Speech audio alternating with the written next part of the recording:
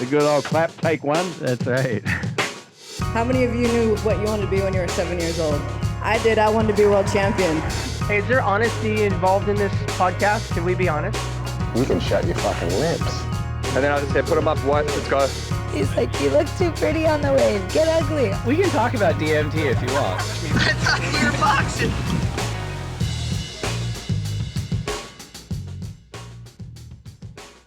All right, we have Australia's Julian Wilson, one of the most successful surfers in history, recently retired from full-time CT competition, but maybe not forever, fingers crossed.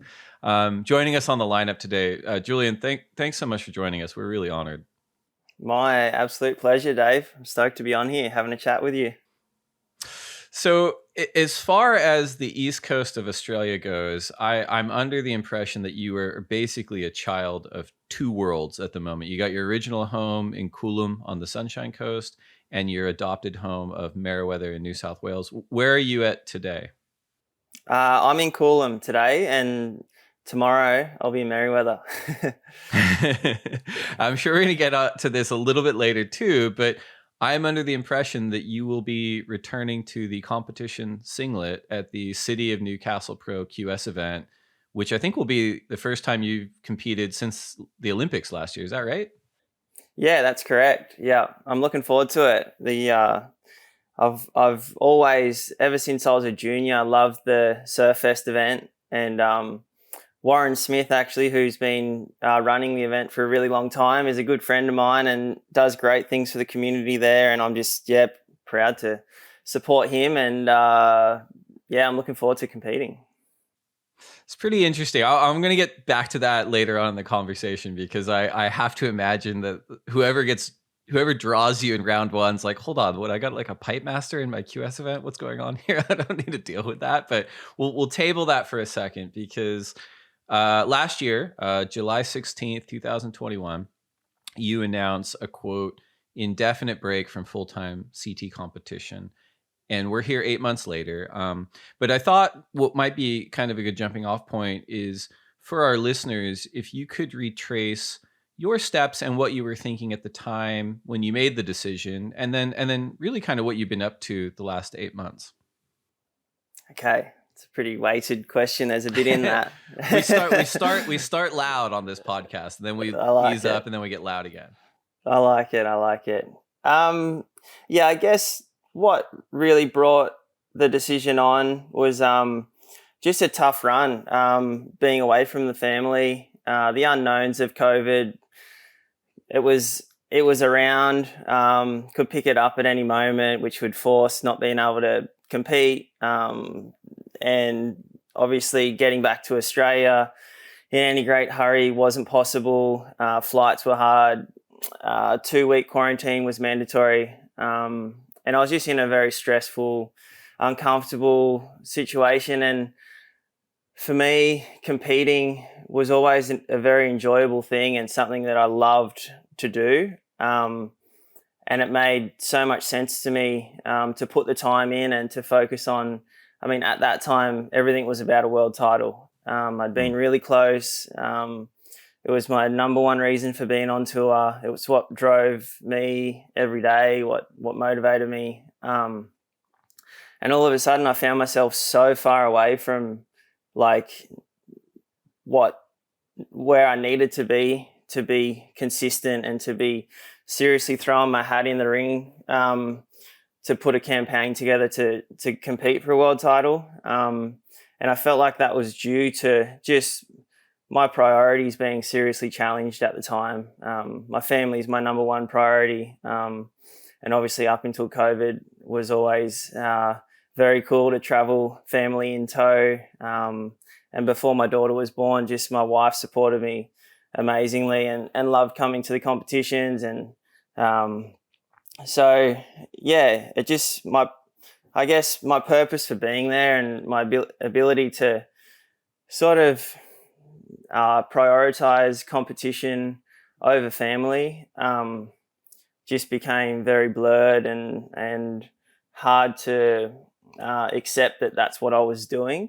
And I mean, 6 weeks in hotel quarantine, having those things running around in your head when you're not away doing your job and you're also not at home with the family, being a dad, it's like just a lot of time to think about things. It's not a healthy place to be in those hotel quarantines on your own. And yeah, it just led to the decision of taking a step back from international travel and the unknown and just the uncertainty of what was going on. It wasn't for me anymore, and I'm still quite young, especially in my career, and just feel like, you know, the silver lining was I was never going to think about taking a break from the tour, but it sort of, the opportunity came up through, you know, challenging circumstances, and I guess I'm somewhat thankful for that. I would have never experienced this time that I'm having right now with my kids if it wasn't forced upon me. And then my kids will be in school before I know it. You know, things will change a lot. But to get this time consistently at home, just being a dad, is pretty valuable, and something that, without the circumstances that we've been going through, wouldn't have come to light. So I'm thankful for that. I do miss competing, but looking forward to competing in Australia this year, and ultimately making a big decision at the end of this year about if I want to go and have a good crack on the QS and try and earn my spot back on tour, and take family in tow, and see if that's all possible again. But for now, the decision, it was a very tough decision. Felt like I had to grow up big time to just, you know, take the responsibility of being a father, and just listening to my gut, which I always have. But it was probably the hardest time ever to do that. And but yeah, it's nice at the moment to have some, I guess, have some routine and just a bit of consistency in my life, and not be on the scramble on the road.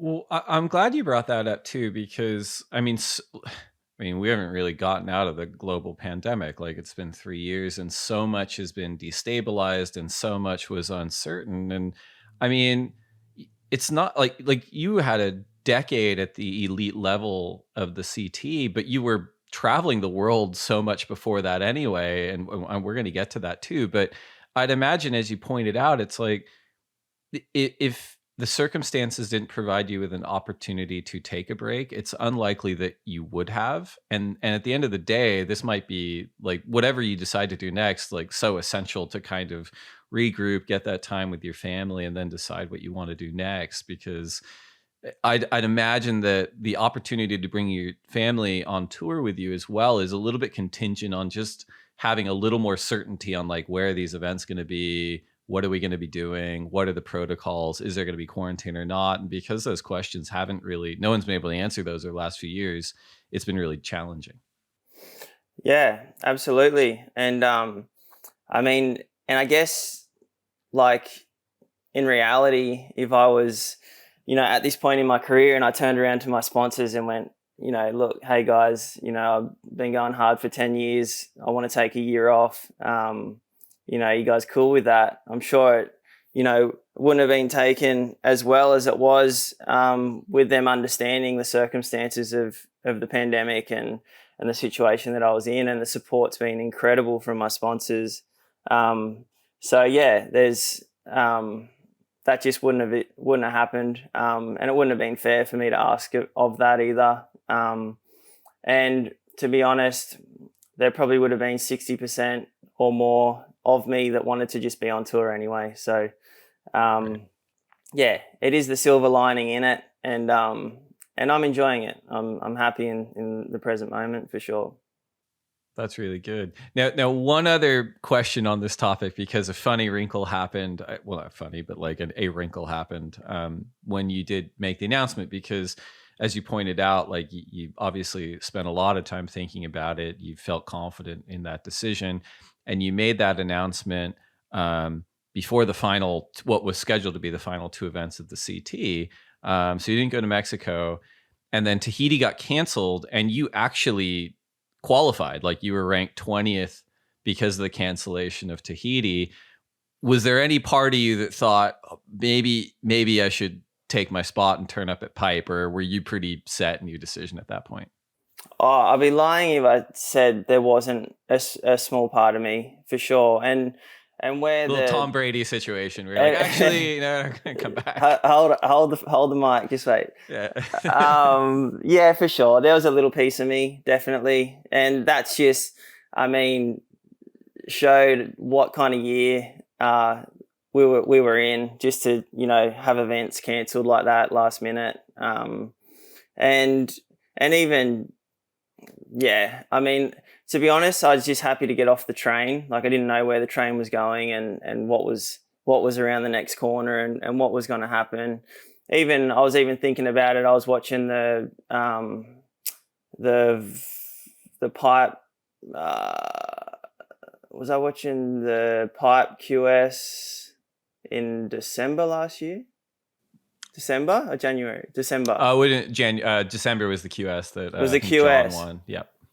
Yeah, and I saw Billy Kemper come out, and he was very disappointed. There was COVID was spread around the beach, and the parents knew about it, and that sort of stuff. And I was just like, to think I'd be hopping on a plane and going over there right now, like just those things as a parent, and like trying to focus on like putting in everything it takes to compete at the top level, and then obviously have those curveballs keep just coming out of nowhere. Yeah, that was reassuring for me, just in my situation, that I wasn't sort of going back into that. But yeah, just so much unknown. On the physical side, because you're someone who seems to be pretty forward about like what kind of training you do and keeping your body in sort of elite level shape, but also having to be on kind of the carousel of the tour and having to compete at a high level or even kind of perform for content at a high level, like there's wear and tear on the body. Since you made the decision to take this indefinite break, have you been able to relax? Are you eating differently? Are you training as much? Have you been able to recover from some injuries? What's it been? I guess I'm just curious as to what a very high level athlete goes through in this phase of their career. Yeah, I guess I'm somewhat in idle at the moment. For me, I love riding all different types of boards, and like it's really opened up the opportunity to just go on longboard quite a lot again and ride some mid-length twin fin or whatever I want to ride. And it's funny because like when you're at the top of high performance shortboarding, there's like these tiny margins that you're always working for, and every niggly little injury you really feel it, because you're just torquing your body as much as possible and wrenching it and trying to land the biggest airs, and you just feel everything, and you're pushing as much as you can, more than you think's possible, and you're just aware of all those little niggly injuries or big injuries but it's funny, you step back to a mid-length board or a longboard, and like your body could be running at 70% and it would feel 100% riding one of those boards, because you don't have to put a lot into it to enjoy it. So I've probably enjoyed doing that, getting a lot of enjoyment out of less sort of input, and probably getting much bigger gains of sort of progress and change, just by going back to some of those boards and I guess relearning what I grew up doing, and getting a lot of enjoyment out of that.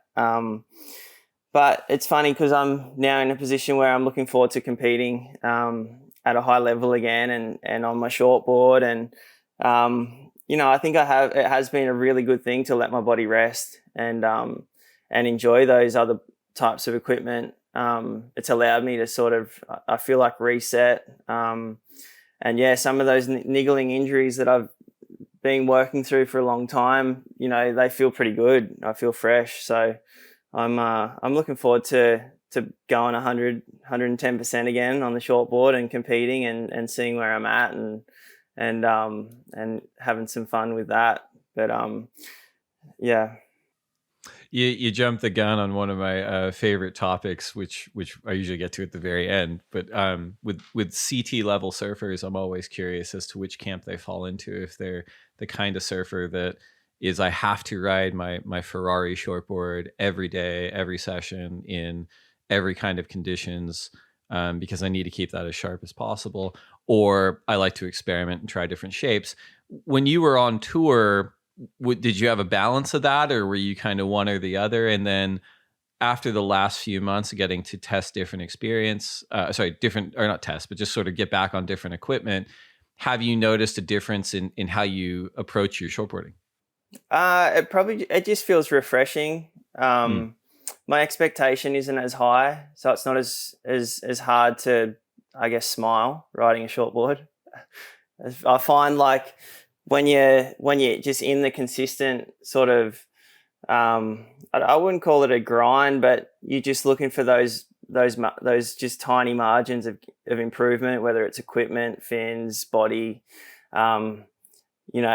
It's hard to get those moments where you feel like you've unlocked another little, bit extra.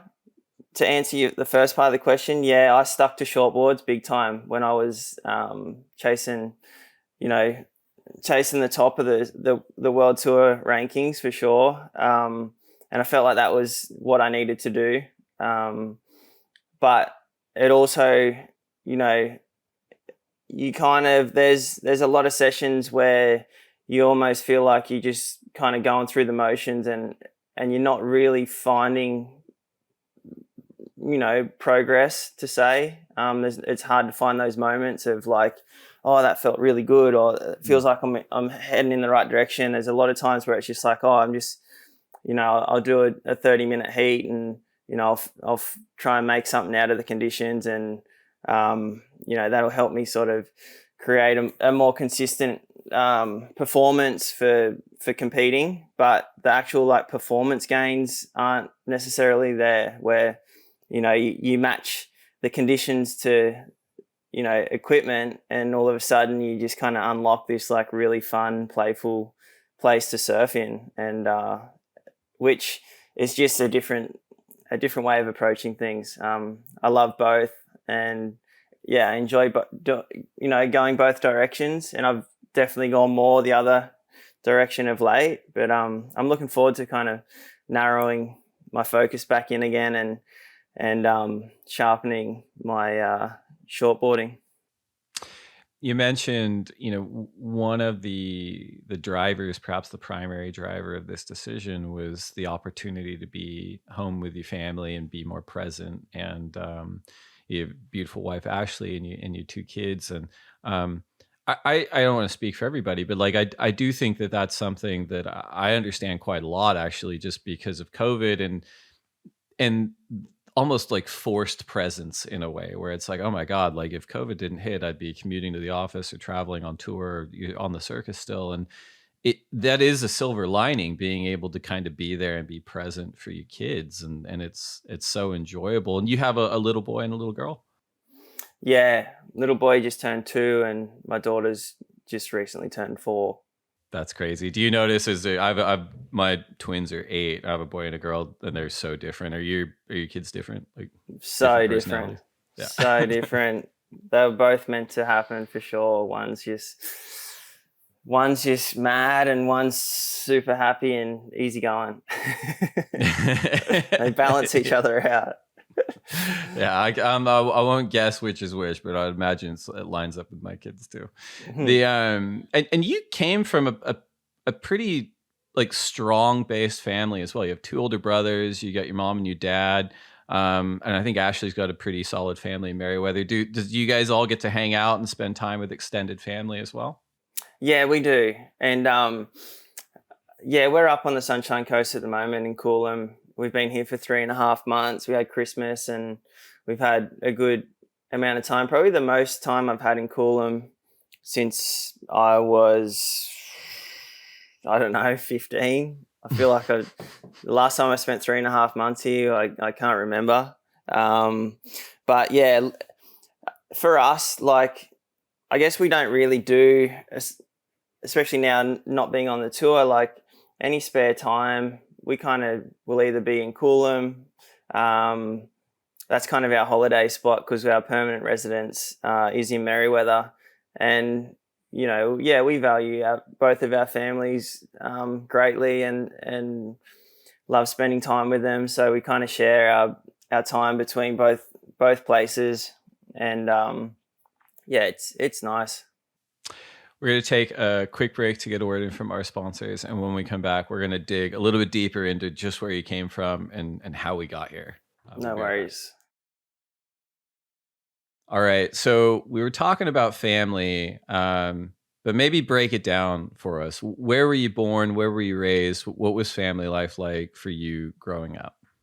Okay. I'm born and raised Coolum Beach, Sunshine Coast, Queensland, Australia. Got two older brothers, and mum and dad, everybody surfed. There's 5 years between me and my middle brother. So I was, late to the party, and they're already, you know, well, on the road of surfing and out the back, and I was, thrown in the deep end, coming along so late, I feel. And but yeah, just born into a surfing family here in Coolum on the Sunshine Coast. Yeah, and your profile film, which came out, 12 years ago, which I feel I'm dating myself here, but Scratching the Surface, which was a Matt O'Shane film, incredible. For the listeners who haven't checked it out, you should. It's on YouTube. But they mentioned that you were kind of, a wunderkind, really, in terms of talent. Like, you were on a skateboard at 3, just bombing hills, and you kind of took naturally to pretty much everything that your older brothers were already doing, whether it was sort of motocross or skateboarding or surfing. Is that accurate now, 12 years later, I guess, from the retelling, and also just from your memory? Do you feel like that was kind of what it was? Like, you were just easing into activities and everything kind of came to you pretty naturally? Yeah, absolutely. Yeah, even today, I feel I just feel lucky that any form of hobby or activity that I've dabbled in and picked up, I've sort of had an ability to figure it out. And now at this point in my life, I've got quite a few hobbies that I really enjoy that I can do pretty well. And I guess growing up on the Sunshine Coast, my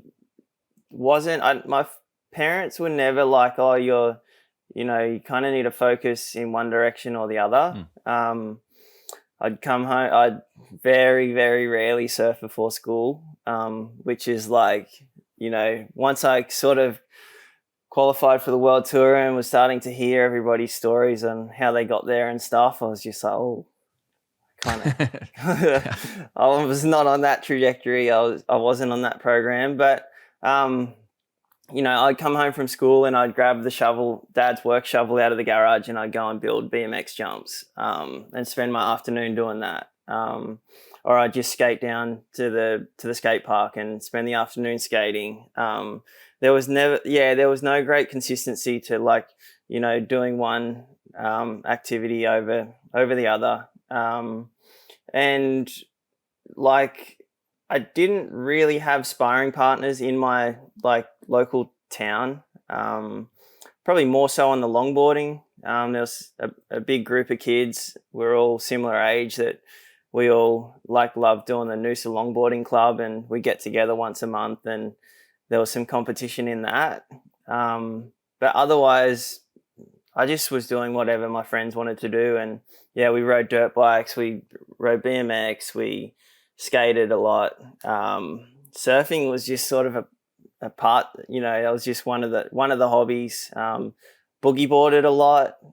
Used to have flippers and a boogie board, and one of my best mates in primary school, he only rode a boogie board. So, if we were hanging out, we go boogie boarding.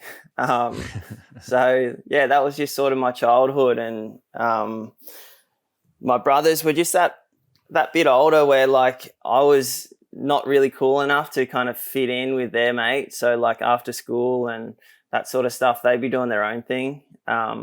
So I wasn't really tagging along surfing with them. mostly just on the weekends we'd all surf together. And yeah, just had a lot of different things that I loved doing, and I just kicked around with my mates and did whatever was going, and happy to try anything. And I'm really thankful for that. In preparing for this episode, it's one of the joys in my life. I got to kind of rewatch a lot of your surfing segments, which all got me really amped to go surfing. But then I also found your profile piece in an actual magazine here by Cool. Brendan Thomas, which upon rereading it kind of read like kind of a weird pseudo hit piece for some reason. I don't really understand that, but I did get the impression from it that you had almost been in the spotlight since maybe before you could remember. Like there's something about you were modeling for gumboots at age 6, and you'd kind of flown to Switzerland for photo shoots before 12. Is that all fair and accurate? You're kind of in a version of the limelight, even if it wasn't for surfing, from like a pretty young age. Yeah, it's very accurate. I guess in our family, like we didn't have a lot of, I guess, money at a young age. Mum was a stay-at-home mum, and my dad was a tiler, and Mum would ferry us around and take us wherever we wanted to go. My brother was top level cricket. Both of my brothers were really good cricketers, Australian longboard champions, and like they surf cricket. So we kind of needed to be somewhere. Some days after school, like Bart would have to be in Brisbane for cricket training, and just, the mum would be taking us everywhere. And so, Mum put me into it was in the paper, just like a gumboots modeling prize thing. And she entered me into it. And next thing, I was in Melbourne doing photo shoots at 4 or 5 for gumboots, which was a pretty big brand at the time. And, started making a little bit of money with that. And then my brothers were sponsored by O'Neill. And then we went to a photo shoot in Byron, and I tagged along. I was like 8 or 9, and they're like, "Oh, we'll take the little brother just to make it a family sort of thing." And then next minute it was like, can he snowboard? We want to take him to Switzerland for the snow catalogue for O'Neill. And then, next thing I was at Threadbow with Rob Bain, Bainey teaching me how to snowboard. And then I was on a plane with Mum going to Switzerland when I was 9. That stuff was just, it started at a really young age.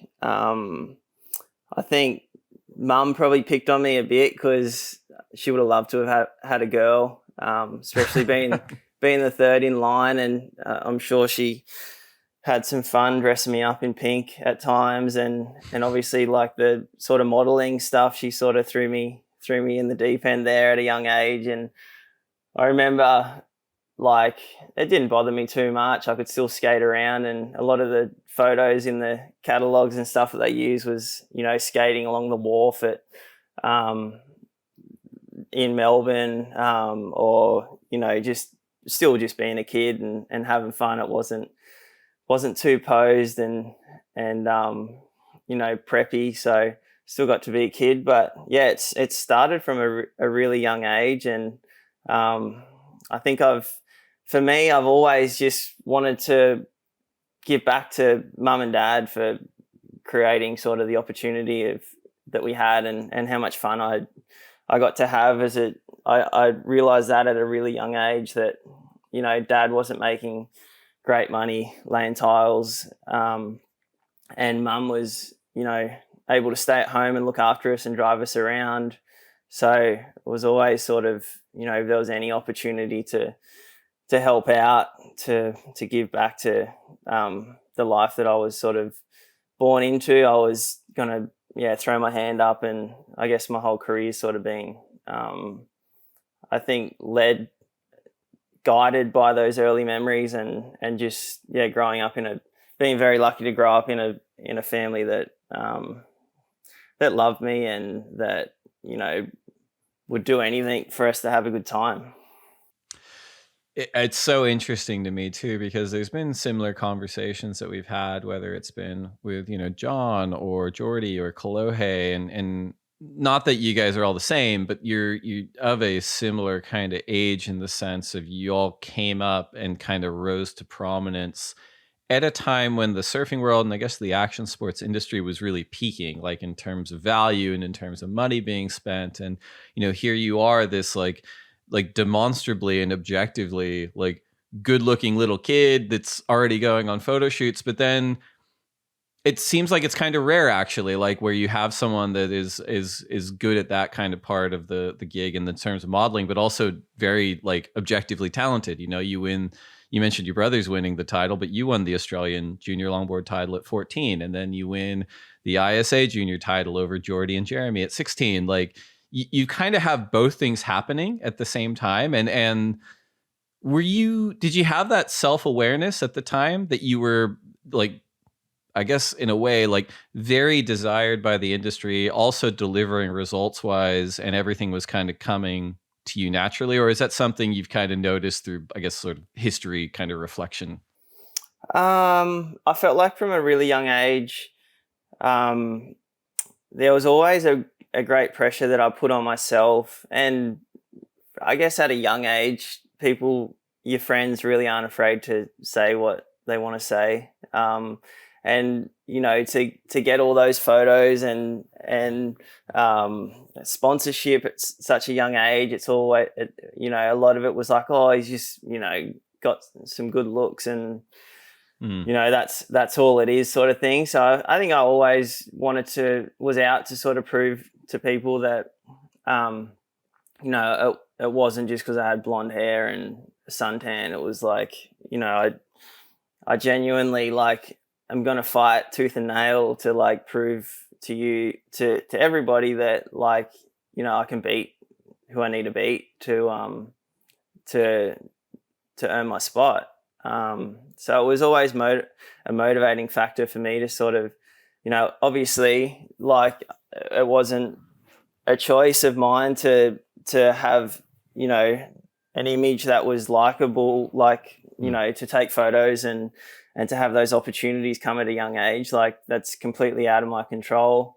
But when it became, within my control to sort of focus in the right areas and put my head down and I guess step up to the plate of, I guess, the pressure that was created out of, that was out of my control. It was just serving up a platform for me to either excel or fail, and everybody was going to know about it from a young age. So it was not an easy place to kind of be introduced to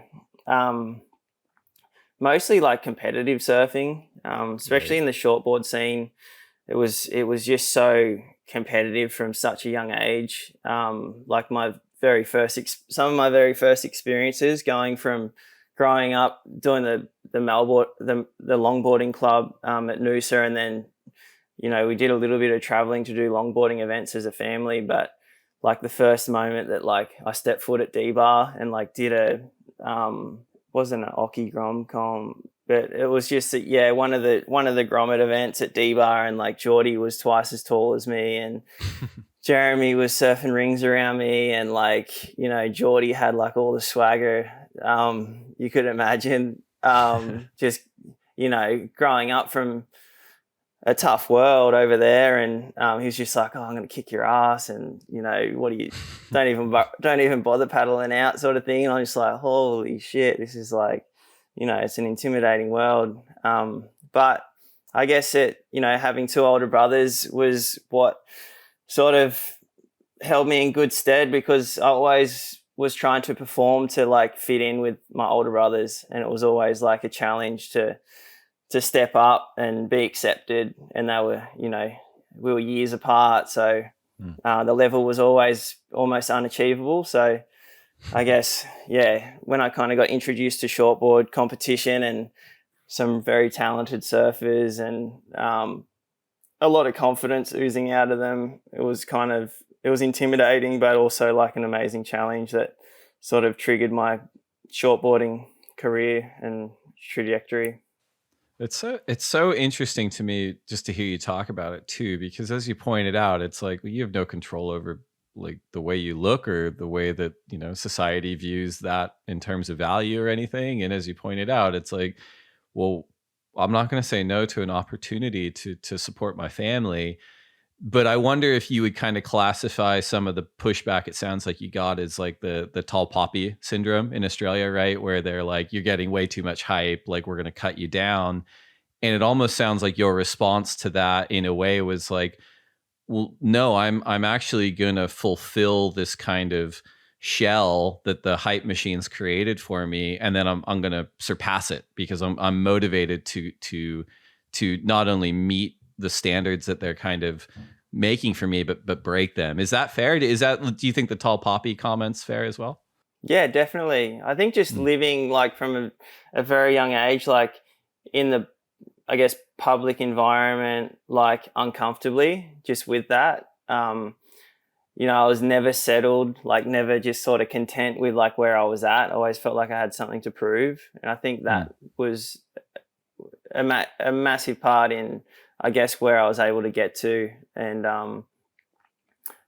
as it's you can, I guess you can sort of go into your shell and step back from those comments and people and go, okay, yeah, they know better than me. But I guess I always knew that I was sort of backed up and supported by my brothers and my family, that, you know, I was just kind of going to, you know, give it my best crack and throw my hat in the ring and see where I ended up. And, you know, whatever the outcome was going to be, I could live with that, but I wasn't going to sort of shy away. And I think, yeah, it's just sort of always been that way. Just never really settled, never really like, oh, this is my, you know, I deserve to be here, or, you know, I'm comfortable in this environment. Like, this is where I'm supposed to be. Like, just I've never experienced that.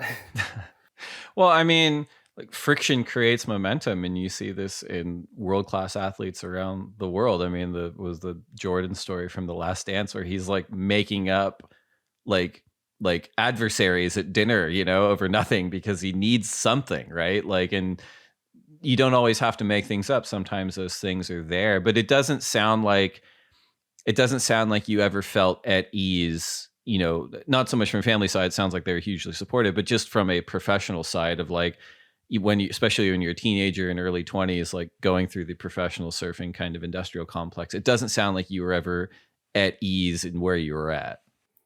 No, definitely wasn't. And, you know, I guess it led to me surpassing any expectation that I ever had on myself, which was an incredible experience and feeling to go through. But, you know, I didn't set out to be on the CT. I didn't set out to be a world champion. I just set out to sort of, you know, give back to my family. And the best way to do that, like when I was like 15, my two older brothers were competing on the Oxbow World Longboarding Tour at the time, traveling the world. And then that just went kapoof and just disappeared. And then next minute, my eldest brother was quality controller for his longboard manufacturer in China. And then the other brother was driving up and down the west coast of California selling longboards out of a Dodge Ram van.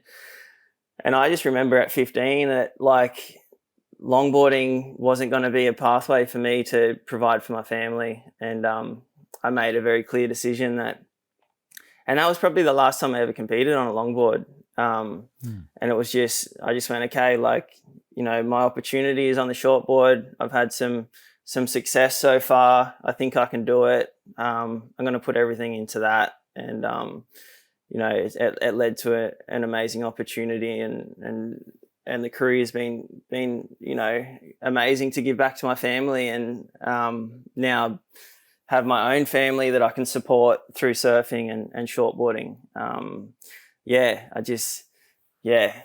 just didn't grow. I mean, I didn't grow up with the expectations of making it to the top level of shortboard competition. It was just something that I manifested myself and created and followed my gut and heart and created something that, been able to be proud of.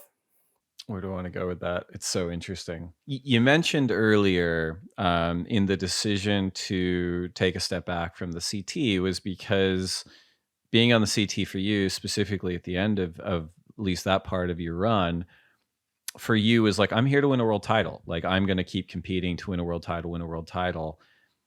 Obviously, that wasn't your goal, as you just pointed out, from a very young age. But at some point, that became a goal, which to me makes it even more impressive because it, to me, illustrates like you leveled up and then leveled up again and then leveled up again. And I'm wondering if that was something, again, if you were kind of aware of as it was happening, where it's like, well, I'm riding for Quicksilver now. Okay, well, now I'm going to compete on shortboards. Okay, well, now they're putting me in the Young Guns franchise. Okay, well, I'm going to do the QS. Oh, no, I'm going to make a profile film. Oh, now I'm going to qualify. Now I want to win a CT. And it sounds like it's sort of like you just continue to manifest different goals and harder goals, really, as you kind of climb the ladder. Is that fair? Yeah, definitely. And each step, like, I felt an overwhelming sense of pressure and like, you know, when something would happen, like, you know, I mean, a massive moment in my career was like getting the final part in Young Guns 2, Young Guns 3,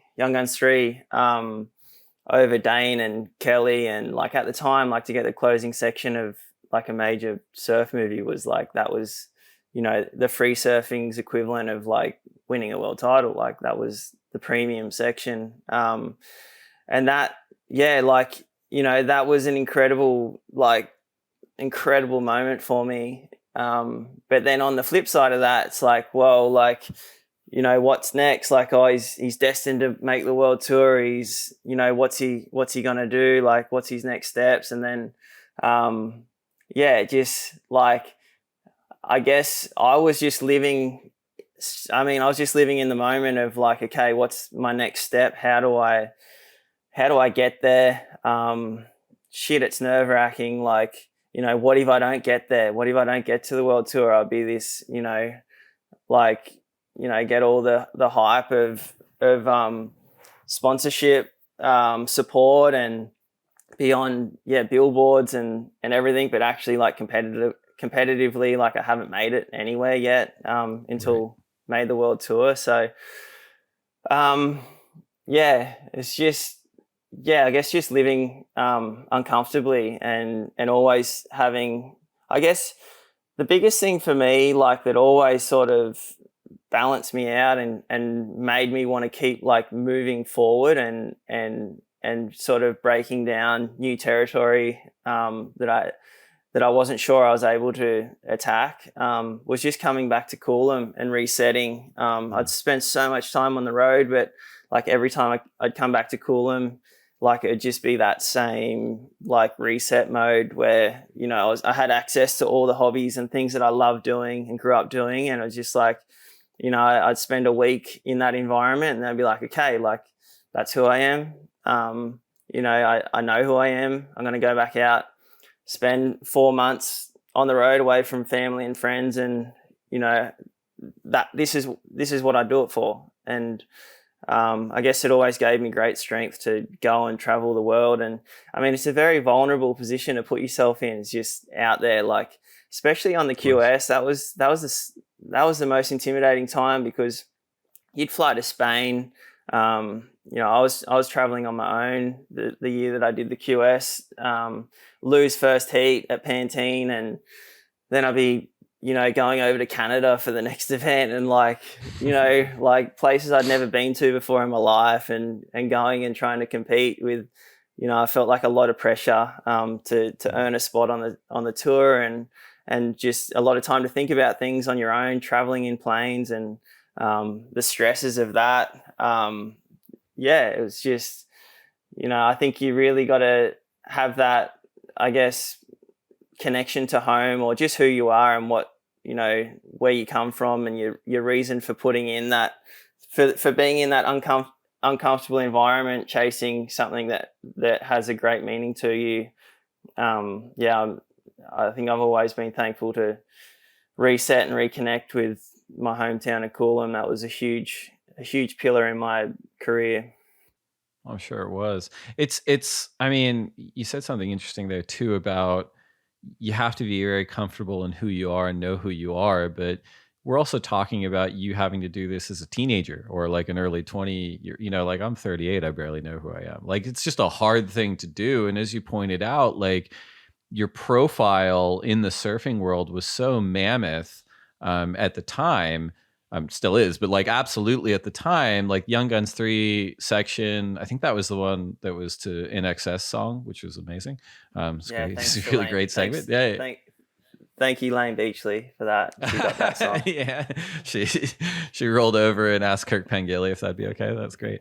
But no, it was that was, as you pointed out, like your profile is so high, but then, you know, it's like you have to wrestle with the reality of like, okay, like I have to do the QS and kind of justify that. I'm wondering if there was any point for you where you thought like, you know what, I'm comfortable with what I'm doing. I'm comfortable free surfing, because at the time that was kind of a, if not a long-term, certainly an immediate term viable career path, right? To be like, you're going to be an editorial surfer, you're going to do films, you're going to get photos, you do modeling, and don't worry about contests. Was that ever kicked around by you and your team? Is that ever something you thought about doing before you made the push to qualify for the CT?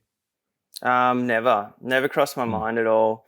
I think a big thing was like, if I got on the world tour, like my parents were going to watch me on TV, and like, you know, be able to sort of track my career and follow along. I felt like free surfing was like, it was a beautiful thing to be able to do and get support to go and do it. But for me, it wasn't like reality of like putting in the sacrifices. Like I felt like you could sacrifice a whole bunch of time and go chase amazing waves and like entrench yourself in like this amazing amount of like satisfaction from like getting epic waves.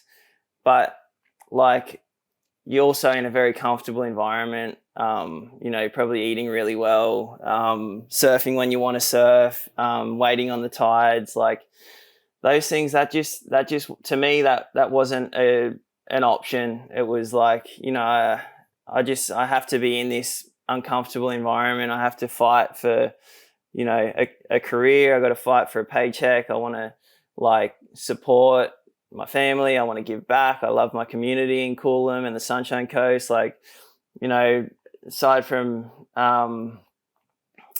you know, Gary Elkington and Zane Harrison, like, you know, not many people have really had a good crack from the Sunshine Coast and stayed on the Sunshine Coast. You know, Parko's from the Sunshine Coast, but moved to the Gold Coast at an early age. Like it's a much more competitive environment.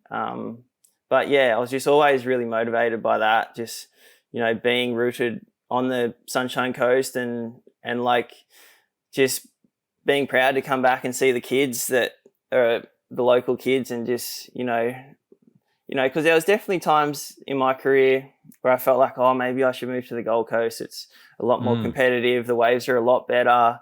There's world-class events there. It's, you know, it makes sense. But, you know, I spent so much time on the road that like I just needed to reconnect with who I was and where I was from was more important to me than going and setting up shop on the Gold Coast. To be coming back from competing and like in a high pressure environment all the time to then like come home and that be the Gold Coast where it's like the same environment just with the people that you surf with at D-Bar and Snapper anyway. Like, yeah, that's sort of what deterred me from going down there. But there was moments in my career that I definitely thought about setting up on the Gold Coast, but it's always been a massive one for me, just being from the Sunshine Coast and knowing that it's not the most common to have somebody make the world tour from the Sunshine Coast. So yeah. I think that's great. I mean, that's something that comes up a lot too. And, here in California, it's become like a pretty bizarre phenomenon where, as you pointed out, it's like you used to have world-class surfers that would develop up and down the coastline. They'd stay there, they'd travel for the tour, and they go home. And now, like, pretty much every young prospect in America, if not sort of a wider spectrum, their families move them to San Clemente. They get the Sprinter van and the electric bike, and they're at Lower Trestles every day, which, on the one hand, as you pointed out, it's a great wave. It's a competitive environment, so you stay pretty sharp, but you do lose something in terms of like regional identity or just your own approach to surfing that I think's lacking. And I think it's sort of the same in Australia, probably to a lesser extent, but just with the Gold Coast, right? Where it's like, I could move there and every young kid's probably moving there, but it's a trade-off where you are losing something in that. Yeah. Which is an interesting thing you bring up. We mentioned O'Neill, we mentioned Quicksilver and Pete Quicksilver, Indies, Trader, 4 boat trips, everything. You do the QS, you qualify. I might get the timeline wrong, so heat check me if I'm wrong. Before you start your rookie season on the CT, you sign head to toe with Nike, and you were in a Super Bowl ad, which blew everyone's brains apart, I think. Yeah, that timeline. Yeah, that's correct. Yep. Yeah. So talk to us a little bit, just about signing with Nike, that process. I mean, in a way, it's a huge deal, but also just listening to you talk, it does sound like something that was probably pretty comfortable for you because it was almost like another stepping stone for you from almost the time you were 6, where you're like, no, this is like my path. It feels comfortable. Yeah, it was a big decision at the time, and I actually signed that contract with Nike before I'd qualified for the tour. That was a pretty whirlwind time in my career for sure. I went into Hawaii. I'd only competed for 6 months on the QS because I had a really bad injury at the end of filming my movie. I was surfing at Rincon, and it was just a high ankle separation, and it ended up taking a long time to recover from that and put things on ice for the QS. So it wasn't the ideal full year on the QS, and I came into Hawaii. I was like 56 on the rankings, and I had a really good run in Hawaii. A lot of thanks to Jake Patterson for sure. His experience and my first time competing in Hawaii. I had a second at Haleiwa to Parko, and I had a third at Sunset, and I was like on the bubble, and there was a handful of guys that I had to watch in the pipe event. I was tied for the Triple Crown, and I didn't get a spot into pipe, and there was nobody within reaching distance of getting the Triple Crown. So Parko got the Triple Crown pretty much before he put his rashi on at pipe. But I was over in Oregon at Beaverton, signed my deal with Nike, and the week that I was there was watching pipe sort of unfold, and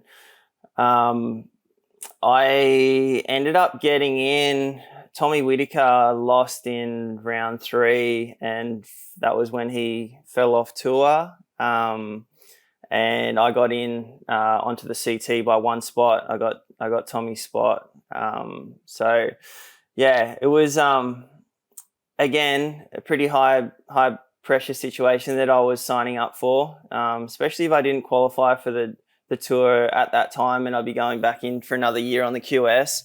A lot of expectation would have been on me. Not that there wasn't. I mean, a lot was there just by being first year on tour and head to toe with Nike. But ultimately my decision to go with Nike at the time was like, I took things very seriously. Like, especially sort of when I was sort of 18, 19, and like was like, okay, like, you know, I've had some great success, like magazine wise and video wise, and it's created this expectation of me to get to the world tour level. what's the best way for me to get there. I took things very seriously, sort of from that point forward, and I felt like Nike was like where I wanted to be, to have access to their like training facilities and their trainers and like just what they made and the athletes that I'd be able to connect with, and I just wanted to be in that environment. I thought Nike was at the time amazing to see that come into surfing. I felt like that was for me at that age, I thought that was like one of the coolest things that could possibly be happening for surfing. And yeah, I wanted to be a part of it. I was very proud that they reached out to support me and saw the potential in me. And yeah, that was a really fun, creative time in my career. Like they would literally come to me and be like, what do you want to wear? What can we make for you? Like it was so sick. Like I had like I had a shoe developer that like worked on like training shoes, and like he knew obviously that I was right into my training, and he was sending me samples of these new like sort of CrossFit style training shoes that I'd wear, and provide him feedback, and he'd develop another shoe and send these one-off boxes of shoes. That stuff was just like, I don't know, I got kicks out of that. I thought that was pretty cool. And the board shorts and wetsuits, like all the wetsuits were always like just whatever you wanted to wear, whatever color, pattern, style. They weren't selling those wetsuits, so we had full creative freedom of what we were wearing, and ended up wearing some pretty fruity wetsuits. But for me, like I enjoyed that. I got off on that. That was fun to me. And yeah. I was gonna say it's interesting, right? Because as silly as it sounds, in surfing, like a sticker on your board can feel like empowering and can feel like a shield, insofar as it represents everything behind it, which is what you've just kind of described. And you even see it when longstanding surfers take the sticker off their board. Like sometimes you see it's like, wow, the confidence is just not there anymore. And it sounds like when you made the decision to go with Nike, like I'm pretty sure you were rookie of the year. You finished 9th. You had a fantastic year, like runner up at France, 3rd at Trestles, 5th at J-Bay, New York, Portugal, like a awesome year, especially as we've talked about, for someone that has been like super duper hyped to be able to deliver on that under that situation. I would imagine that having that kind of support felt really good in terms of confidence for you. Yeah, it's a double-edged sword for sure. It gives you a great amount of confidence, but also a great amount of expectation that they have. Like as kind and supportive as they are, like that it's a big company, and they have big goals in the industry and where they want to be, and you want to help make that happen. But yeah, definitely the confidence that I got from their support. I had a really poor start to that year on the CT, and it wasn't until J-Bay where I kind of had my breakthrough result. I had a 5th, and then got on a really good roll to finish top 10. But yeah, I guess it comes back to just like I was on my own journey. I never had pressure from my parents to go any which way. It was always up to me. I felt like that was a really big thing for me when the pressure really got turned on. And I was asking myself, like, what am I doing here? Like, do I deserve this? What steps do I need to take? Like, how do I navigate the situation that I'm in, all this pressure?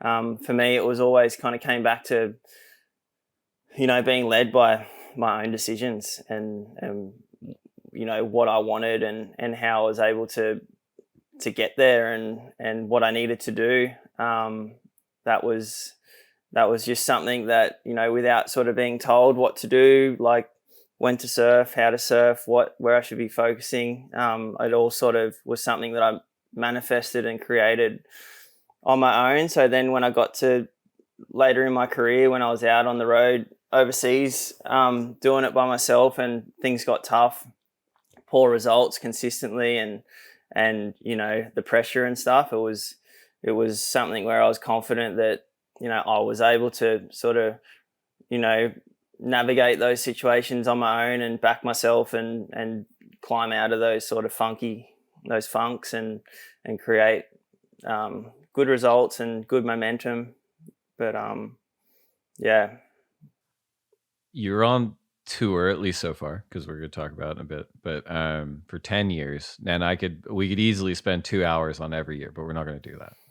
We'll save that for the next time. But I looking at sort of the balance of, not the balance, but just the summary of those 10 years, you know, a lot of elite level surfers, they come on and they're specialists, like they're air guys or they're rail guys or they're barrel guy, whatever it is, or girls.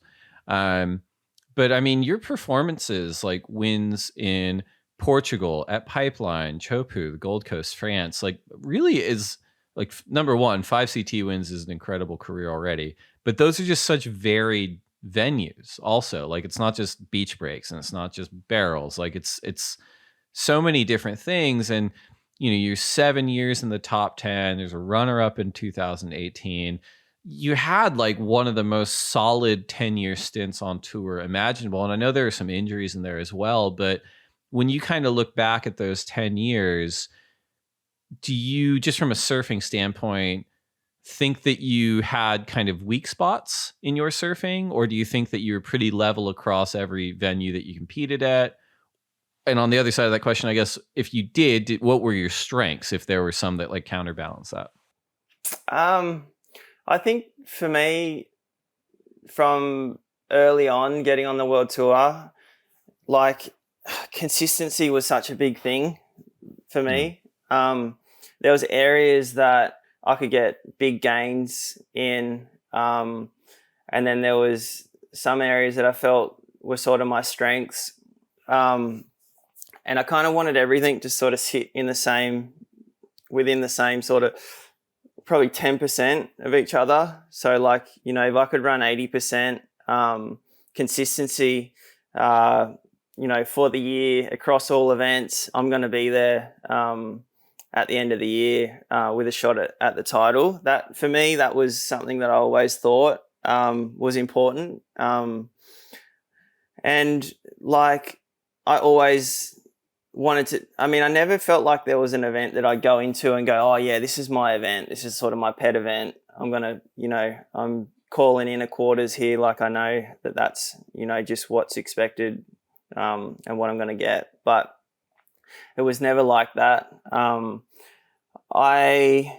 the thing that was the most surprising to me was like just how quickly I had to learn how to like properly ride the barrel coming from the Sunshine Coast. And then like, you know, not until I got on the world tour, like surfing at Chopu, you know, in a competition and getting the pick of the waves and that sort of stuff. Like I hadn't experienced that until I got onto the world tour, and I really didn't know how that was going to go.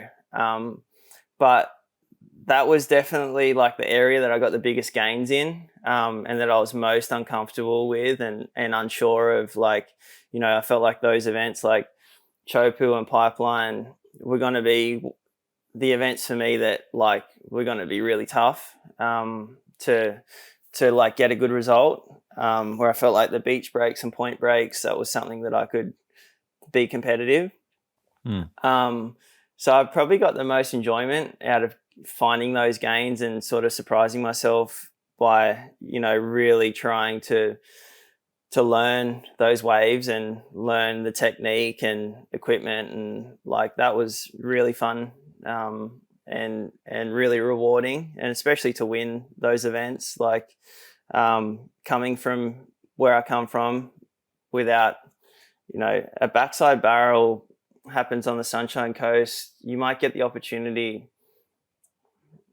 I don't know, 5 days to a week out of the whole year. So yeah, that was fun to me. But I felt like I was never the best at any location. Like I was never the one to beat. I felt like I could, at my sort of, and even now, like I feel like I compete probably. I probably sit like an 8 out of 10 at almost every location. That's sort of how I see it. I feel like, I probably got the ability to win most of the stops if it comes together right, but also have a very high possibility of making quarterfinals or better. So like, I never was trying to be the very best surfer at snapper or the very best at pipe. I just wanted to be competitive. I wanted to be able to go, all right, next event is J-Bay. All right, I can get a good result at J-Bay. These are the things that I need to focus on. I can do that.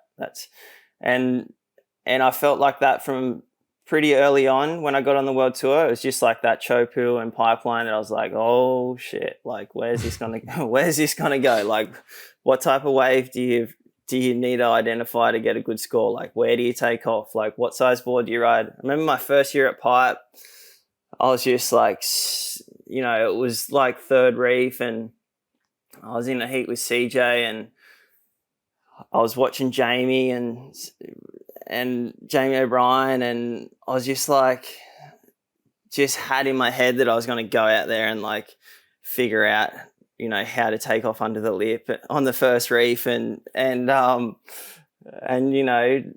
do what the best guys did out there. And I remember I rode like a 6.6, which is no way I would ride now at third reef pipe.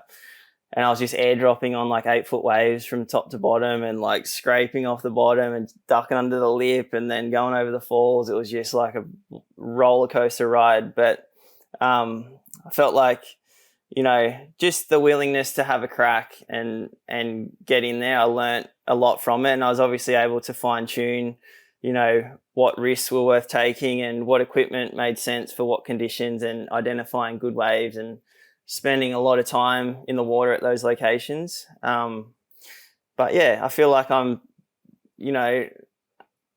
I guess I've proven that I'm able to win an event like that, but also like, I don't go in there as a favorite. So, I just feel like as long as I'm at a consistent level of knowing that I can get quarters or better, like that's what it takes to have a run at a world title, and that's where my focus really narrowed into, and that's where I wanted to be, and that was just sort of the next evolution of my career and journey I was on. It's so interesting to hear you talk about it, and it completely tracks and it's refreshing. But just this whole conversation about where you've come from and how you've had to work hard, and even you saying like, look, at best I give myself kind of an 8 out of 10 anywhere, but never the best.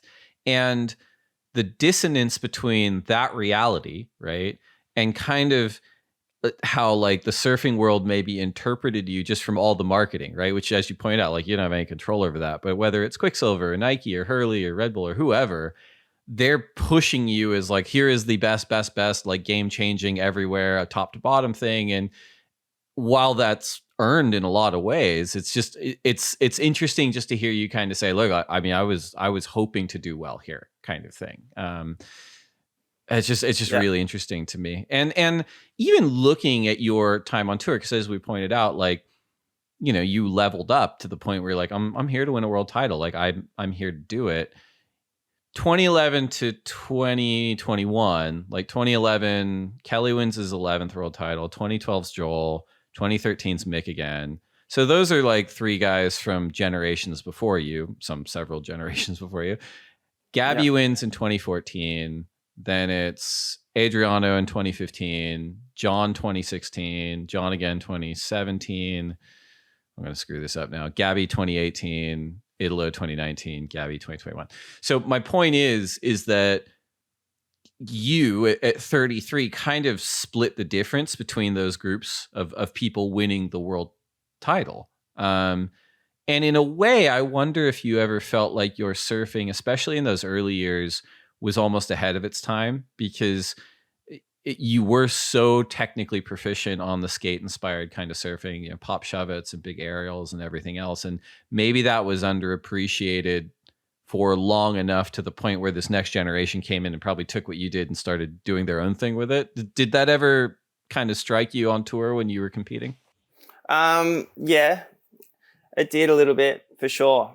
I felt like I probably spent 4 years like, you know, drawing out my turns more, connecting my surfing better, more seamless, like without the hiccups. Like, you know, when I first got on tour, if I did like a big blowtail and like shuffled my feet back to the right position as it board spun around, it was like, oh, that was, you know, a mistake. Like, you know, even though if I did a couple more turns or an air after that, it was like, you know, you shuffled your feet around, you got a bit wobbly, like forget it. So, you know, I worked on finding a way to like get from A to B, and like I loved watching that type of surfing from Joel and Mick, and, you know, Taj probably, I felt like he had such a good balance of like, you know, breaking the fins free, but having a lot of control, and never really shuffled his feet around much, like never took too much risk, was able to do airs, had a really good backside blowtail.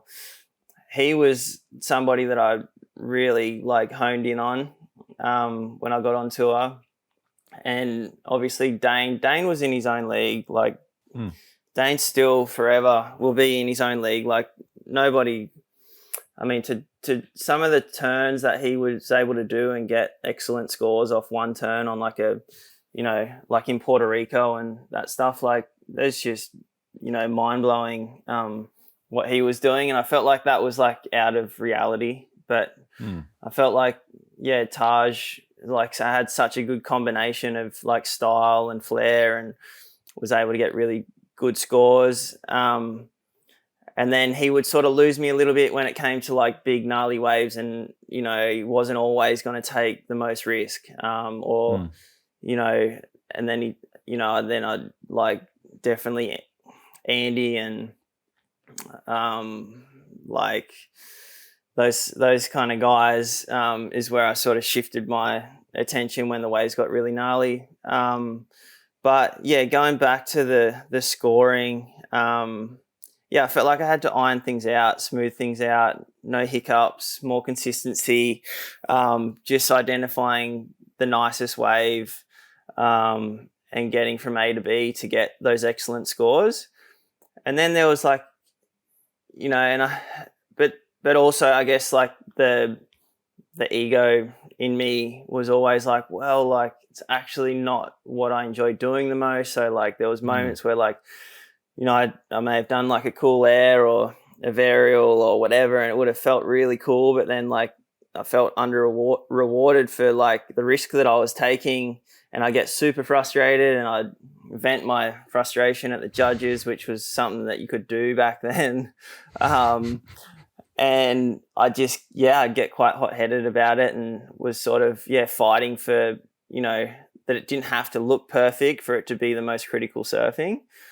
And then I kind of found this consistency where I was like, okay, like, you know, I'm going to find the balance. I'm going to find the good scores consistently. I want to, you know, I want to win events. I want to be in a world title race. Like 2015 sort of time, there was kind of this transition from like 2015 to 2016 where like, I felt like 2016, it kind of was like, all right, we want to reward like, you know, single major maneuvers a lot more now. We want to see, you know, I started getting, and even now, like I went from like that sort of scruffy, like loving to put 100% into one maneuver sort of attitude to then ironing things out to adapt to getting the scores and being more consistent, to then being labeled like, oh, you know, it's too smooth, it's too predictable, it's, you know, it's all about the bottom turn. It's like,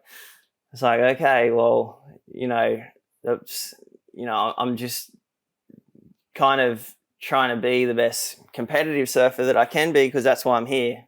So then it was maybe like a little bit, I guess it was fun to then sort of unpack that again. I felt like, especially in 2018, that was a real focus to sort of go back to like, not being as predictable, where I was creating this sort of predictable environment, like watching Mick and Joel, they'd know how to mail in a 7.5 when they needed it, when the pressure was on, especially at a point break. Like they knew exactly the turns that they needed to hit. They needed the shape of wave they needed. Like, you could put your house on those guys getting those important scores when they needed to. And that's what I wanted to be able to do. And I felt like I got to a good place with that. And was able, obviously I was in the final with Mick in 15 and at J-Bay, which was a breakthrough sort of performance for me at J-Bay. I was adapting. Like you said, like I feel like I'm kind of been in this bridge between like the world champions of like, the way that, Mick and Joel and Kelly, created world titles when I first came on tour, and then how they sort of transitioned to Medina and John winning their world titles and having more of a focus on like, John in particular, like there's a lot of broken up parts to his surfing, but like the maneuvers are excellent maneuvers. Right. So it's like, you have to reward it, and it isn't the like seamless connection between maneuver to maneuver, but it's excellent surfing and it has to be rewarded. So, guys like John have helped sort of, I think, broaden the spectrum of getting excellent scores, which is good. And I think at the moment it's harder than it's ever been to get excellent scores, but that's due to just the evolution of competitive surfing and the trajectory that it's on. Like, just the maneuvers that are happening is so exciting at the moment, and the unpredictability of like where an excellent score can come from is so cool. But, it has to be executed perfectly, and it has to be with height and magnitude and consequence, and deservingly so. I think, it seems like there's less of those excellent scores, but there's also like sort of a new benchmark of what an excellent score looks like. So, that gap is a bit bigger from a 7 to a 10 now than it used to be. Like, Right.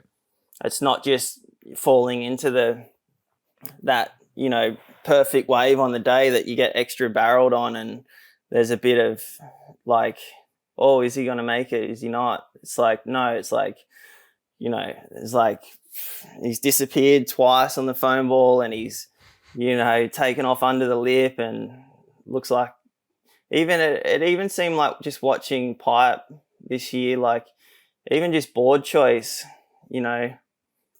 played a factor. Obviously, like the size of your board determines like what part of the reef that you're taking off on. But like if you're coasting in, like, with a wave on a longer board, didn't really matter how barreled you were going to get. You weren't going to get like a 9+, but like Barron and the Brazilian kid, Zhao. Yeah, so impressive, but just taken off under the lip, and there was unpredictability, and it was like, oh, they could pearl on the takeoff so easily, but they, pull the nose out, and like, it's just, like, that's exciting. That's what we want to watch. Like, that's what I enjoyed watching. And it just seemed like the judges were like adapting to that as well, and they're more experienced now. The more that they see that like incredible surfing, the more they know what's possible. And it's just, scores are, I think the scores are harder to get excellent scores than ever at the moment, but also the level of surfing is definitely the highest it's ever been, I think.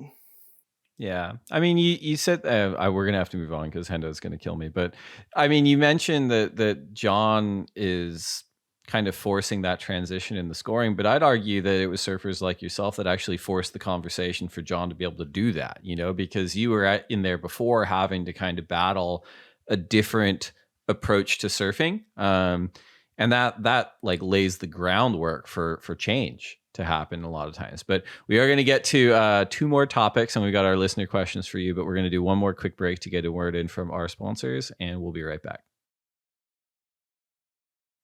It's been such a fascinating conversation, just hearing from your side, going through this machine of the surfing industrial complex, and really riding at the heights of the industry and pushing it forward and being a face for so many brands. Most recently with Hurley, you took a break from them, and then 2 months ago you announced your own clothing label, Rivvia Projects. Can you tell us just how that came about, like where the decision came from to do your own brand, what it means, and what you're trying to achieve with it? Yeah, cool. I guess the decision came about, I probably for a little while have thought it would be pretty cool. I have represented some amazing brands for a long time. There was always things that I sort of wished that I could sort of inject into some of those brands, and things that I desired and would have, enjoyed wearing and stuff. And a lot of the time I did have that opportunity. So I was very happy and grateful for those positions that I played at those brands. And I guess also, due to the pandemic, and just thinking about the fact of having time to focus on something that was genuine to me and that gave me a great purpose to continue doing what I love doing. Rivvia Projects came about through that. It was like, okay, I'm going to take a step back. I'm going to focus on the family, focus on surfing, the 2 things that I love most in my life. How can I, put 100% into that in a way that's genuine to me, and that will motivate me to go and get good content, and ultimately keep competing as well. I had a conversation with a good friend of mine that I grew up surfing with at Noosa, Jamal Gray. He quite a bit older than me, but I used to steal his shortboards when he'd have a break from surfing at First Point and run out the point and catch some waves. We had a conversation about 9 months ago, eight or 9 months ago, and he was just like, curious what my next sort of move was going to be. And he's had a lot of experience. He started the brand Rhythm, has gone on to do a lot of work at Rip Curl, and now he's got his own company. And we have teamed up to create Rivvia Projects, which the name itself is a combination of my 2 kids, Olivia and Riva, and Riva gets Riv and Olivia gets Via. So that's where the name comes from. And then the projects part of the brand is like, I guess, mostly comes from my love for the community on the Sunshine Coast. And I've had a kids event here in Coolum for 2 years, and then obviously the pandemic's really put a hammer on that, but looking to do that again early next year. But that's sort of where the project side of it comes from, is doing cool projects with the kids, with communities, with fun ideas. And it's just, I guess it's a brand that I feel like doesn't exist yet, and it's worth having a crack at. It's very genuine to, I guess, my childhood and who I am today and what I love doing. And it's just a reflection of myself. I'm putting myself out there big time, but it means a lot to me, and it's exciting. It's we were talking earlier about like how cool it is to have that sticker on your board. It's hard I'd be hard pressed to say it's not the coolest sticker that I've ever had on my board. You know, it means a lot to me. Although, you know, it's not, you know, it's different. We're in the very beginning stages, but yeah, it's very meaningful and it's fun. I get to be as creative as I want to be and yeah, put myself out there, open to the feedback and criticism and hopefully create something that some like-minded people will enjoy being a part of. It's very cool. And on the feedback side of things, you guys are doing something where you're giving, you know, Rivvia consumers a chance to test out the products and give you kind of real-time feedback. I think you're calling it the Prodan Project. Maybe you should call it the Oliver Project, because that'd be like Olivia and River, right, on the back. So that's a great idea. There's my feedback. But no, that's just a cool way to go about it. Like, as you said, it's like it's sort of wet clay and you can mold it as it goes along. But that must be really fun, just getting to work with other people that are just getting the proto project pieces and saying like, this was great, this didn't work, what about that kind of thing. Yeah, that's a fun side of it for sure. It's a board short that we're going to develop with the public. Pick 17 people from globally that are put their photo or video up on Instagram with the hashtag, and they'll get their one-off first sample of this board short that we're going to work on. Give me some feedback, what they like and didn't like, and what they could see working for the board short, and make some of those changes so they are completely a part of the final product that does sort of go to market. And that's even just as a professional, it's probably like the coolest thing to be a part of is like, you know, giving your direct feedback on your experience with a pair of board shorts and then seeing that come to life. That's like, that's, to me, that's a really enjoyable experience. So I would love to share that with the public, and it doesn't really matter the level that you're at. Just, a lot of that makes sense for everybody. And you mentioned too, the while Rivvia Projects, you're, I imagine, the owner, founder, CEO, all three, whatever. But you are still a professional surfer, right? You still surf for Red Bull energy drinks and Oakley eyewear and JS surfboards, FCS, Sunbum, Bonsoy. I'm probably missing a bunch, but like, that's still your job. You still are a professional surfer. Yeah, absolutely. And like, it just, I guess, adds to all of that. It's like, you know, I'm now creating content for Rivvia as well, which obviously has a direct influence on my other brands that have continued to support me through my decision of late. And it's motivating for me. Like, it's just it's another layer of reason to keep doing what I'm doing. And also, go and do cool stuff with those brands that I have for such a long time, and have Rivvia feature, you know, with some world-class brands like that is really cool to me. We mentioned earlier in this conversation, we are 8 months in to your indefinite break from at least CT competitive surfing. Just in terms of your own surfing, you know, at 33, physically, board-wise approach, do you feel like you're surfing better than ever?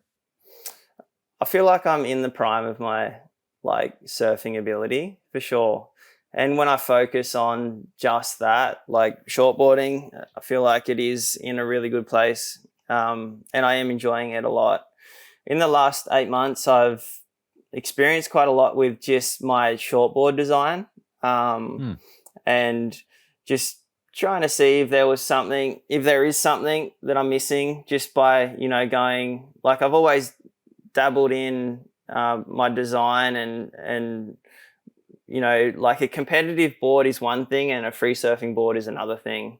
And like that contest board, I always tried to like fine tune it, but a lot of the time, like, I didn't want to change it too much, especially if I had formulas that had like won events or like got really consistent results. So there was no like major changes that I was working on. But since taking a break, it's like, okay, I'm taking a break.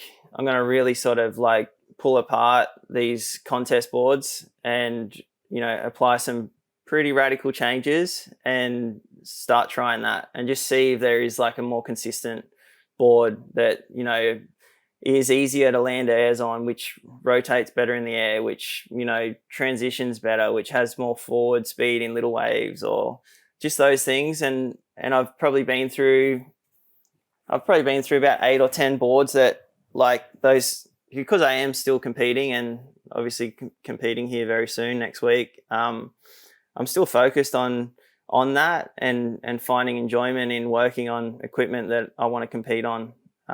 So yeah, that's still fun for me, and it's giving me the opportunity to, you know, I guess I'm probably like, it's also hard because you can go pretty deep into that stuff and you know, really pull it apart. And obviously, like, you can always fall back on tried and true stuff that's performed, but it's been fun to experiment with that type of equipment lately with JS, and JS is always very proactive with me and just always wants to work on boards and froths really hard. So we have a great relationship, and we just just keep trying new stuff. I'm undecided whether I'll ride one of those new designs that we've been working on, or go back to maybe this. I mean, I could go back to the same board that I won Surffest on the last time it was Surffest, before last year when it was the Rip Curl event. But I've got that in the garage. So, you know, you tell me, Dave, what should I choose? Do I go back to the winning board, or do I try this new thing that might, you know, be a bit more consistent? I don't know, man. I mean, again, as part of my quote unquote research for this, I just got to kind of go down a YouTube rabbit hole of all your surfing, and it just looks so good and crisp. I don't know. It'd be hard for me to recommend anything other than what you've been writing, but you know, Yeah. It's interesting. Like I was going to bring this up too, and you know, Ryan Callanan came on this podcast a long time ago, who I think is a good buddy of yours, if not like a Newcastle kind of sparring partner, and he said something that I felt like was really profound enough for me to use. I quote it probably every episode, but he said, you know, surfing's so fun that it's hard to say no to it. It's hard to say no to another wave, another session, another contest, another trip, et cetera, et cetera. And he was bringing this up in the context of his knee injury. And he said, you know, I was forced to tell myself no to kind of pace myself. And he goes, that's actually what helped me get much, much better. And it feels like almost a similar thing has happened, I think, to all of us, but to you in particular, just with COVID and making these decisions to kind of say, I'm going to exhale, I'm going to take this break, I'm going to reset a few things. Do you think that's fair? Like, do you think it's fair to be like, well, number one, yes, surfing's a very hard thing to say no to because it is so fun. And B, sometimes being forced to take a break is actually the best thing for your career moving forward. Yeah, absolutely. I always thought, I mean, I've had a fair few decent injuries over my career, but always how I came out of those injuries was like, yeah, it was almost like they had to happen at those moments to, like, yeah, slow down, regroup, understand the purpose and motivation, and then like come out and really earn it. They were important moments in my career. It's funny that you say that. Like, just last month I did Surf February, and you basically get in the water on any form of board just to have a surf every single day for a month to raise awareness for cancer research. And it was actually the first time in my life that I've surfed every day for a month consistently. And it obviously made me think about like why it's taken me this long to have a surf every day for a month. But like, I always felt like it was never important for me to surf all the time. It wasn't like my best way of progressing and going forward, you know. And for me, I had a lot of other hobbies that influenced my surfing, and I always enjoyed taking from those other sports and activities and introducing them into my surfing. I always felt that was important. So like, I'm 100% on board with what you're saying there. I think you have to step back, you have to reset, you have to like sometimes like there's moments where you just like don't have the time to get the repetitions. I just don't think like repetition is important at times, but surfing is like such a ever-changing environment that like repetition isn't necessarily like progress. It's not like going to a basketball court or a tennis court and like hitting the same shots like over and over and over and over. You know, every day is different at the beach. Like, you know, what got you to you know the world tour level? Like, what was that got you there? Like, you know, is it a combination of like family, surfing, like what are the other hobbies? Like, don't ever neglect those things that influence, you know, your position that you're in at that point. Like, you know, I think that's something like even talking to Ryan when his first year on the world tour and like it was such a big thing for him. And like, I just remember like we were going to these events and like he was surfing like any moment that he wasn't in a rashi. Like he'd surf before his heat, surf after his heat. He'd want to surf in the afternoon. He'd want to surf in the morning. And like, you know, I was not like that. I like to, you know, save my energy for the competition and believe that, you know, my ability to show up and compete wasn't going to disappear overnight. It was more important to have that, like, you know, that freshness and that fire of being competitive. Like when I got into that, you know, into the contest area and ready to go, I didn't want to feel like surfed out or like I needed to reassure myself like so much that, you know, I was going to be able to perform when it was called upon me. And that was something that I did talk to Ryan a bit about. I was just like, you know, you don't have to surf all the time. Like, you know, you're here for a reason. You're really bloody good at surfing. Like, just don't forget that. Like, you know, what is it that's going to, you know, how are you going to show up, you know, in the strongest sort of most tenacious way when it's called upon you in the competition. And I think, yeah, like, it, you know, I listened to that podcast too, and that I truly believe, just being an outsider on Ryan's career, that, and I remember how much he was struggling with that knee injury and trying to surf and then riding some alternative equipment, which isn't necessarily his thing. Like, he doesn't really enjoy that. He loves riding his high performance shortboard as much as possible. But there was a silver lining in it. Like, he's, you know, came back to having an outstanding year. Like, me and him met in the final in France, you know, when he came back from that injury. And, you know, now I feel like his performances, it's almost probably something that he has to kind of reconnect with at the moment. You know, he's you know, he's coming off his injury that he sustained surfing, and he wants to get,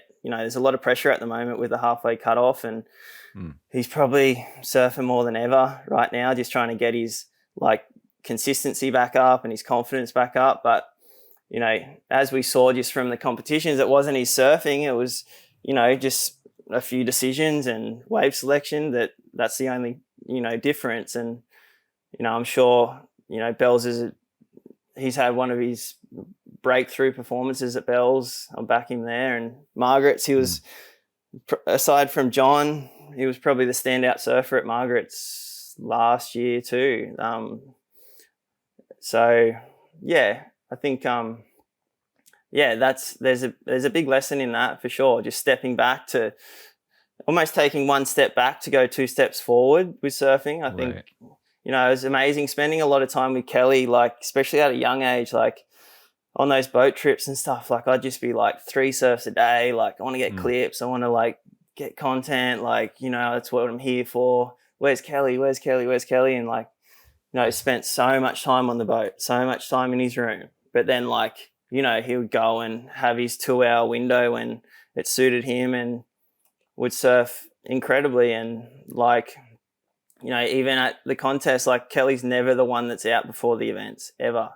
Shows up like, you know, just in time to get his rashie and run out for his heat, or, you know, even it sometimes doesn't even get there in time for that. Like, he just kind of like, you know, but he's somebody that I think like really harnesses that energy that he needs to compete, because he thrives on the competition. Like, you know, he knows within himself how good he is and that he can show up when he taps into it, that like, you know, coming in, you know, relaxed and energized is more important to him than repetition and searching for something around a competition window.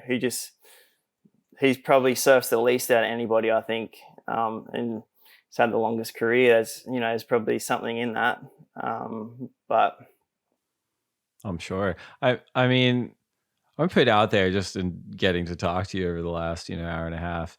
You sound like someone who, and not that you've ever said this or even signaled this, but you definitely sound like someone who has not closed the chapter on world-class surfing for yourself, right? Whether it's competitive surfing or something else. And it just sounds like you've got so much enthusiasm for it. And none of what you're saying is kind of through the prism of like, all right, that was what I used to do, now I'm doing something else. I'm really excited to see what you do this year and next year. And as you said, at the end of the year, I guess you'll probably make a decision on what we're going to see from you in 2023. If by then you haven't already requalified through the Challenger Series.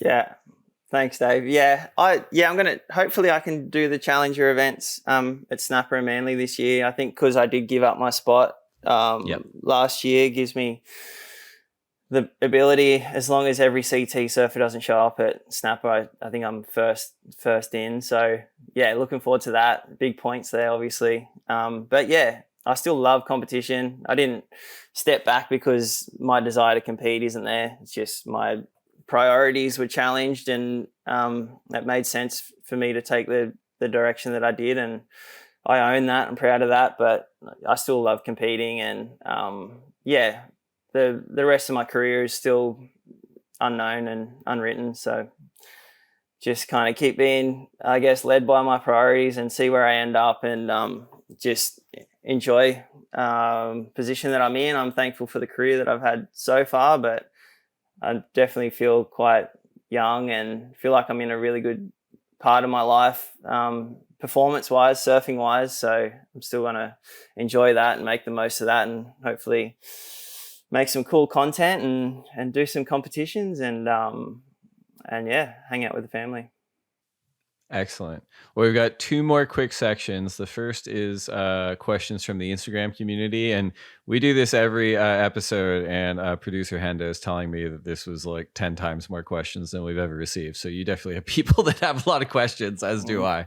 Cool. But for everyone who follows us at the Lineup Pod on Instagram and Twitter, thank you very much. We've whittled these down to 3. The first question is from @Zods, XODS. I don't know if I pronounced that right, but question is, who is the most underrated surfer currently on tour and why? Oh, that's a tough question at the moment. There's a handful, but I would say most underrated just due to no major sponsorship, and performance has been as good as it ever has been before. I'd say Nat Young. He just looks good. He looks like he's really happy to be back there. He's got a whole new purpose. He's got his first baby on the road with him and his beautiful wife, and just his timing and his equipment and his like presence is like back to where it was. I think he finished top 10 his rookie year on tour, I believe. I think he's on track to have another year like that. I think Nat Young's most underrated on tour at the moment, just due to, I guess, the support is what I'm going to put that down to, and the fact that his sort of hiatus from the World Tour and where he belongs. But really happy to see him back and in great form. Great answer. Next question is from @Soren.4, who asks, is there a new film coming from you, Scratching the Surface 2 maybe? There's not at the moment.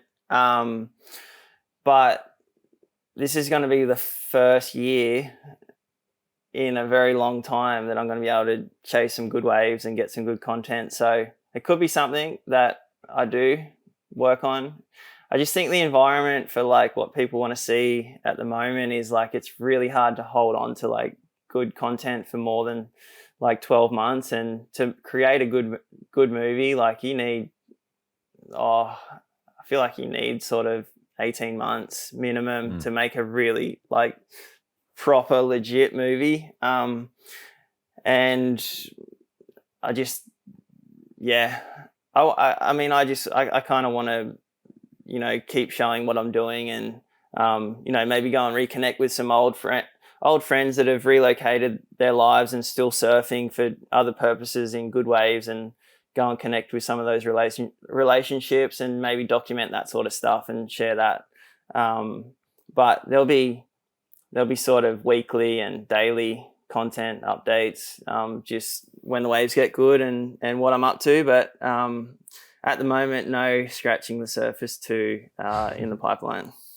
Well, maybe, you know, it's funny, like I rewatched that this morning, and I forgot for some reason how much Dusty Payne's in it. Like the Dusty and you were like quite good sparring partners out in the lineup for a long time. Maybe he's someone you can bring back for one of those content trips, even if it's not for scratching the surface too. Yeah, absolutely. Dusty's like, he was a huge sparring partner for me, especially like Taylor Steele's movies, and like we were the same age. Gosh, he was so gnarly. And pushed me probably more than anybody at that time. And still great mates, and just definitely reconnect with him, and he'd probably be a great reason to go back to Hawaii and reconnect with him and get some good waves, or who knows, we might end up in Indo or somewhere. I'm sure he's got some time on his hands.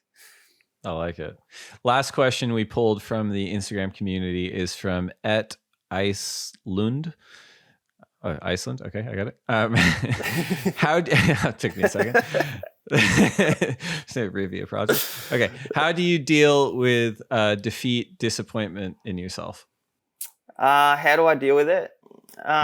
When things are good, very well, very open and constructive. When things are probably not in the right place, it's really hard to deal with. And progress doesn't really happen. You kind of compound errors, and you'll be less likely to adjust and rectify what's going on and how, you know, that has happened. But I think if you can be as open and honest with yourself through disappointment and adversity, that's where you grow and learn a lot about yourself and take big steps forwards. I think you just spin your wheels and you stay in the same space if you don't take losses and disappointment well. For me, it's probably pen to paper, very honest, look at myself, and owning whatever it was that led to the disappointment. It's a great answer. Thank you to the Instagram community for those questions. Final segment. It is now finally time for the lightning round. So these are 10 questions for you to answer as quickly as you can. Okay. First question. If you could only have one board setup for the rest of your life, single fin, twin fin, thruster, quad, bonzer, or finless, which would you choose? I would probably pick a quad. I think if I could only ride one, I would say, quad. Simple answer. I love it. Coffee or tea? Coffee. Burrito or pizza? Pizza. Last book you read? Don't remember. Could be a kid's book. Oh, I'm sure you read a few of those. Spot the dog. Spot last night. There it is. Best surf film ever? Oh, that's a good one. Oh. First chapter. One wave you never have to go back to?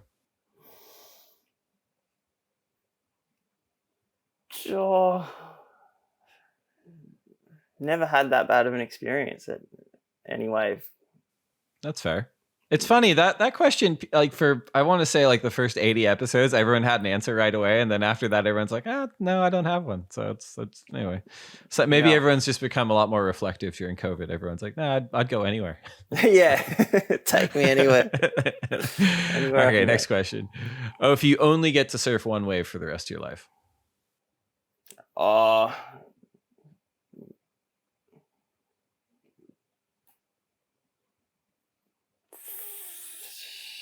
Oh, that's such a hard one. I mean, if I could surf pipe and backdoor, yeah, and it was winter all year round, I guess. Yeah, you can dreamcast, no problem. Yeah, pipeline. Best person to share a lineup with?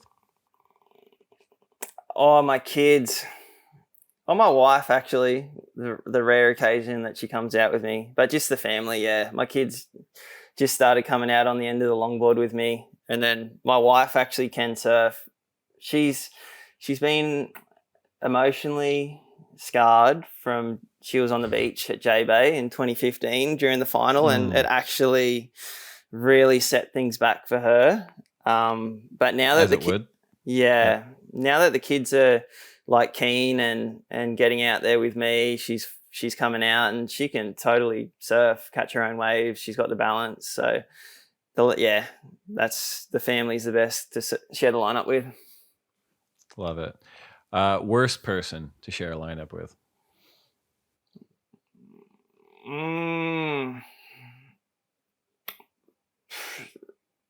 I'd say probably the CT free surfs.